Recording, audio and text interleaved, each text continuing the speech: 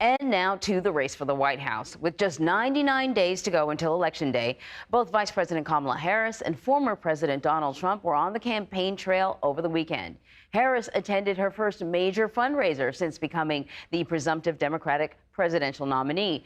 Meanwhile, a few of Harris's potential running mates were also stumping on her behalf. Yesterday, Kentucky Governor Andy Beshear held an event with Team Harris in Atlanta, and Pennsylvania Governor Josh Shapiro was in Carlisle on Saturday campaigning for Harris.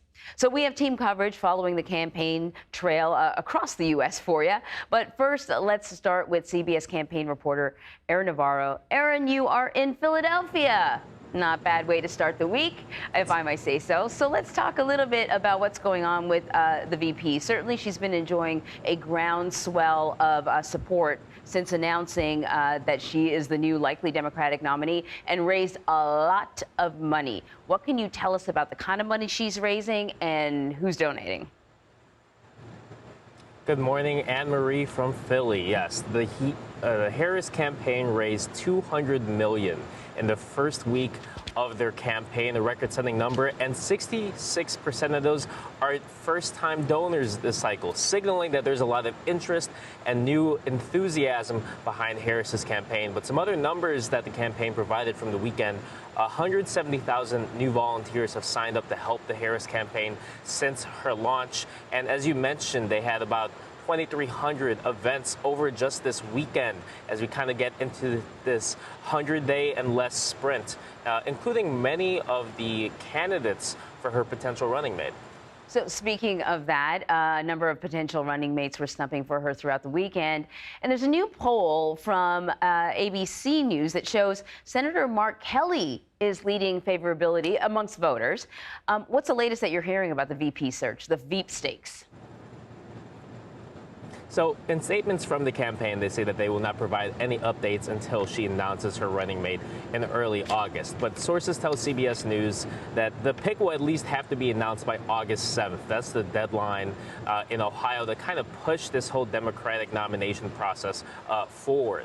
We know that Governors Shapiro and Whitmer, both representing swing states, are going to be here near Philadelphia today for a joint rally to support Harris. We'll be watching to see if they address the Veep stakes at all, or if they're just pledging and voicing their support for the vice president.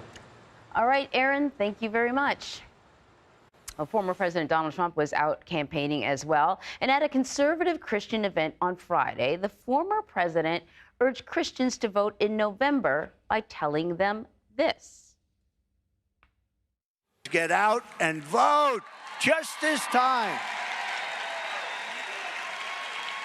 You won't have to do it anymore. 4 more years, you know what? It'll be fixed. It'll be fine. You won't have to vote anymore, my beautiful Christians. I love you, Christians. I'm a Christian. I love you. Get out. You got to get out and vote. Joining me now here in Studio 57 is CBS News campaign reporter and attorney Katrina Kaufman. So, Katrina, that particular section of his speech got a whole lot of attention because it certainly sounded like he was telling people there'll be no elections after this, if you vote the right way.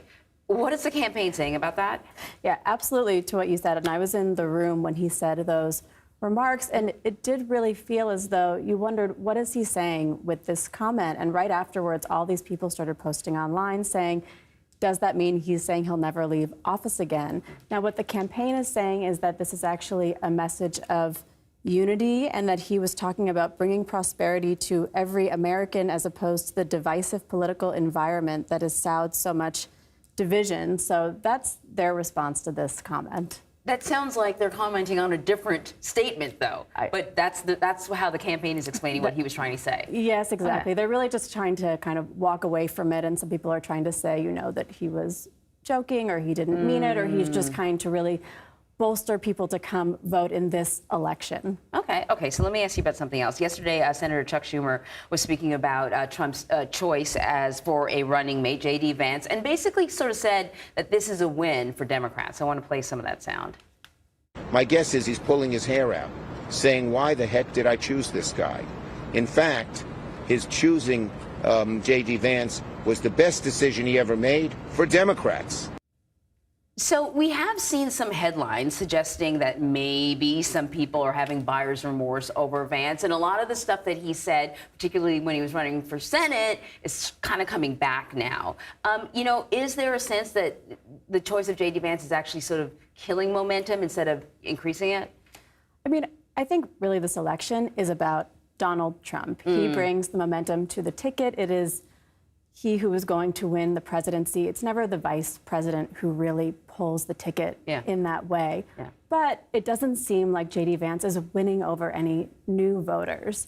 It seems like he is really kind of just bolstering the base that Trump already has and not necessarily getting more people on board. In particular, comments that have come up, like him calling Democrats childless cat ladies, have been criticized. There are Republicans who worry this is going to alienate suburban women even more. That's already a base that is an issue for Trump. So it just seems like he's not helping the ticket. If anything, maybe he's hurting it. Well, he was the most MAGA, I think, of all of the potential picks, though he does have some pretty good connections in Silicon Valley, deep pockets there. So maybe that's the difference they're looking for. True. Katrina, thank you. Well, thank you.